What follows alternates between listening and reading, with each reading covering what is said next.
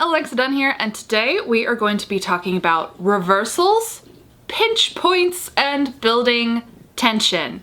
Particularly applicable in thrillers or suspense books, but honestly, this is applicable for all various forms of fiction.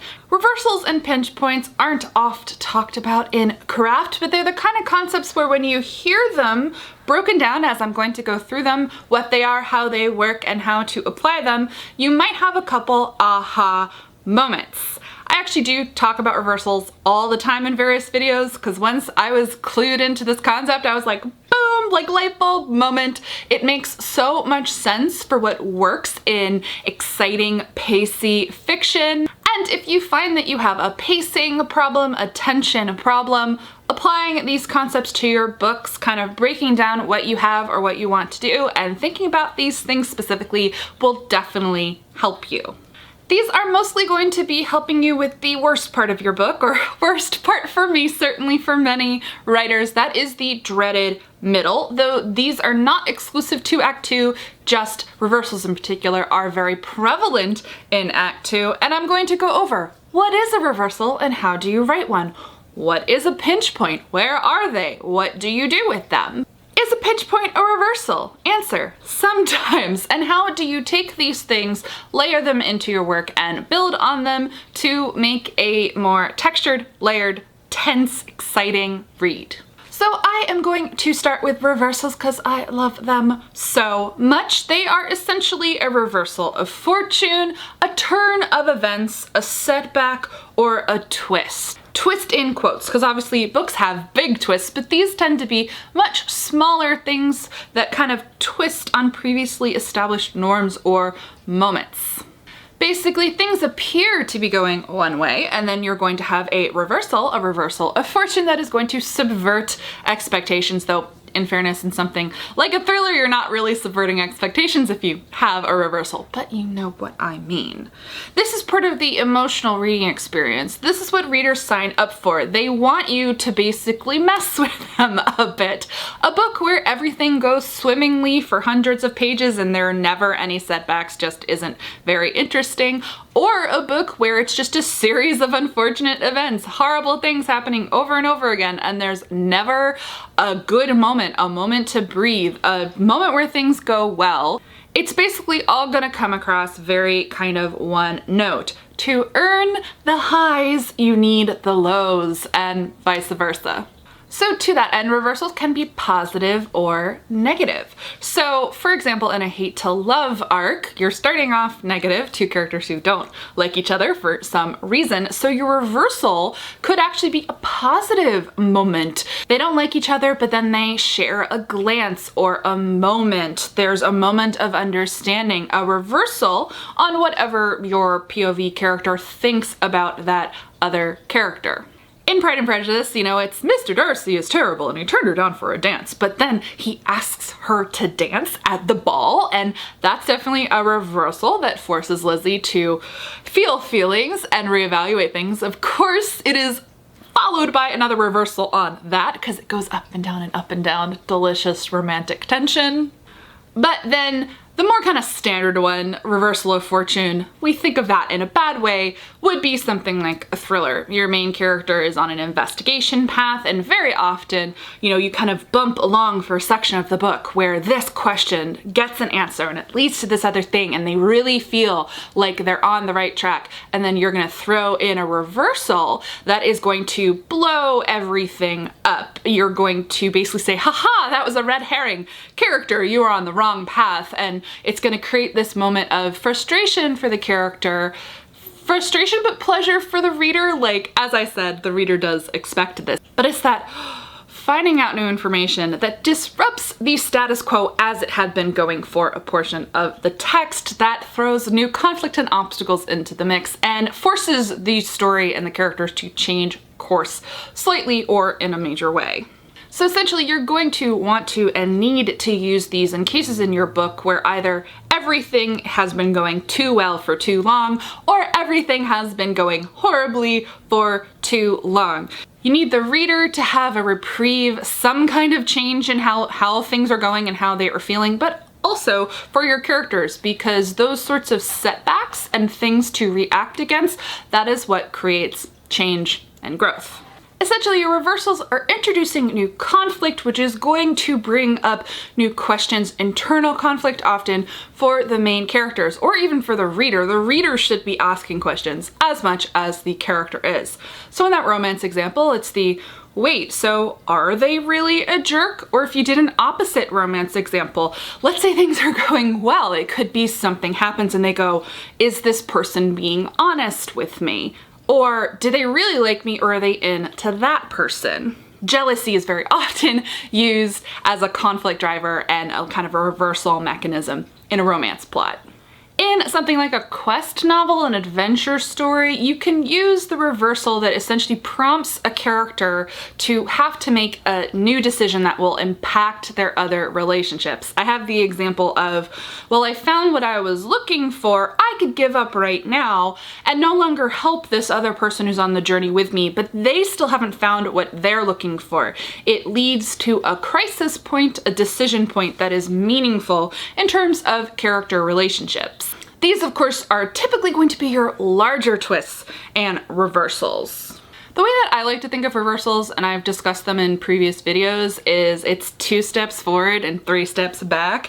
Anytime you 2-step forward, not always literally 2-step, because it's not about rigidity. There's kind of a feel in pacing to a second act in particular, and I know that's vague, but you have to read a lot and write a lot and get a sense for what rhythm is going to feel best and work best for your story. But it's kind of like 2 steps forward, 3 steps back, then you're gonna step 4 forward and maybe come back 2, and then it's this ebb and flow of story progress and setbacks, and that is what keeps your reader hooked and engaged. Now, the thing about reversals is it's not just you throwing conflict in for the sake of having conflict. Your reversals should always connect cleverly in some way to the broader plot, to the character arc that you are going for. And indeed, if you are doing a pacing edit, you may have to remove some. Perhaps you inserted some that felt like a good idea at the time, but they're no longer working with the overall arc of the story. You remove those, or there could be cases where you're going to combine multiple instances of reversal to kind of smooth something out, because there is such a thing as jerking your reader around too much, where it's like up and down and up and down and up and down, and they might get a little bit impatient with you. That typically, I find, means you're doing too many mini reversals where it's like little setbacks up and down, but you're not hitting the proper beats on the major setbacks, changes, opticals, epiphanies, and that's gonna be things like midpoint turns and break into 3s. But this brings me to pinch points. Pinch points can actually align with reversals. A pinch point can be a reversal, but not all reversals are pinch points, simply because you're gonna have more reversals than pinch points. Pinch points are seemingly small turning points that serve to raise the stakes, change the status quo, and add intrigue. Typically, officially, they're definitely going to be 2 pinch points, or there's 2 pinch points that I am going to talk about that might be worth your identifying in your manuscript or planning ahead of time if you are an outliner. In particular, there's an important pinch point in Act 2 that is a reminder of the antagonist's power, external pressure. And the reason this one will often align with a reversal, because if things are going well for your protagonist, that reminder of the antagonist's power is naturally going to be something negative, which will function as a reversal. This first pinch point is going to come after your break into 2, somewhere in the midst of or at the end of your fun and games. If you are new to Story Beats, I am going to link you down below to a video where I talk about 3-act structure, and in that 3-act structure video, I talk about Story Beats. I also have an older video on Story Beats, but I find my older videos slightly embarrassing, so I'm gonna link you to the newer one, which has timestamps so that you can brush up on that. But essentially, the break into 2 is the choice that your character makes that propels them on their journey, or whatever the main thrust of the plot is that takes them into Act 2. Fun and games, or the premise of the premise, naturally needs to have a reversal at the end of it, which is why it often aligns with this pinch point, because by its very nature, promise of the premise in sight, The Hunger Games is not going to be a series of literal fun and games or good positive things because, you know, people are trying to kill Katniss, but that's definitely the premise of the premise, kind of that excitement and lead up. Or in, say, a romantic comedy, the fun and games would be a series of romantic interactions that are negative if it's hate to love, or positive if it's a kind of cute, fluffy romance story. But this pinch point is going to be the thing where the character / the reader is reminded or confronted with the idea that actually things are not all okay and or what they seem. I mentioned the kind of external forces, so sometimes this is a literal antagonist. Say in a murder mystery, this is the point where someone will die, especially if it's a thing where someone, I'm thinking of like your classic isolation thriller where it starts with a murder and then the fun and games is starting to investigate. Well, this pinch point is going to be another murder. It's the pinch point that's like, no, the killer is here with us, and despite all of our attentions to being vigilant, they killed one of us. Oh no, that is a classic pinch point with a specific external antagonist. But in something like a romance plot, that external antagonist doesn't necessarily have to be a person. It could be kind of a force, though often that kind of force or idea is connected to a specific person. Let's say it is a sweet teen romance. It could be the overbearing parent, the more conservative parent who's like, no, you can't see that person. Or in a quest, let's say they're looking for an object or they're looking for clues and they follow them, and remember I say everything is going well and it just seems very, very clear that the thing that they want is going to be in this place, and they get there and it's gone. It's been moved or someone got there before them. That is not only a reversal but also a very classic pinch point. Another example with romance, I mentioned it could be the external force of like the parent stepping in. It could be an ex showing up. That is also kind of a classic. It could be a big misunderstanding or fight, something that indicates that they have a secret. I mean, you can use these outside of romance as well. But meaning, I like to think of the big antagonist. It doesn't have to literally be a big bad guy. It will be in many story structures, but in others, it could be a more nebulous kind of obstacle. The obstacle could literally be the secret that the other person has. Or to give you a great concrete example, I really thought about The Hunger Games, which you know is one of my all-time favorite examples for these sorts of things. But in The Hunger Games, I think of this as the moment where Katniss is trapped in the tree and she realizes that Peeta has aligned himself with the careers. It's a literal and an emotional pinch point / reversal. She has the sting of betrayal and like the changing of the status quo and feeling like, you know, the one person that she thought that she could trust, even though Katniss, being a very interesting character, would never have admitted to that to herself before this moment. But then this also pushes her to the next section, her having to physically kind of survive what happens with the Tracker Jackers with Rue's help, and it kind of pushes her into the next mental phase that she needs to be in to push into the next part of the plot. A pinch point, a reversal, a reminder of external forces, of obstacles, that essentially forces the first real point of change or change of thinking in your main character. It raises the stakes.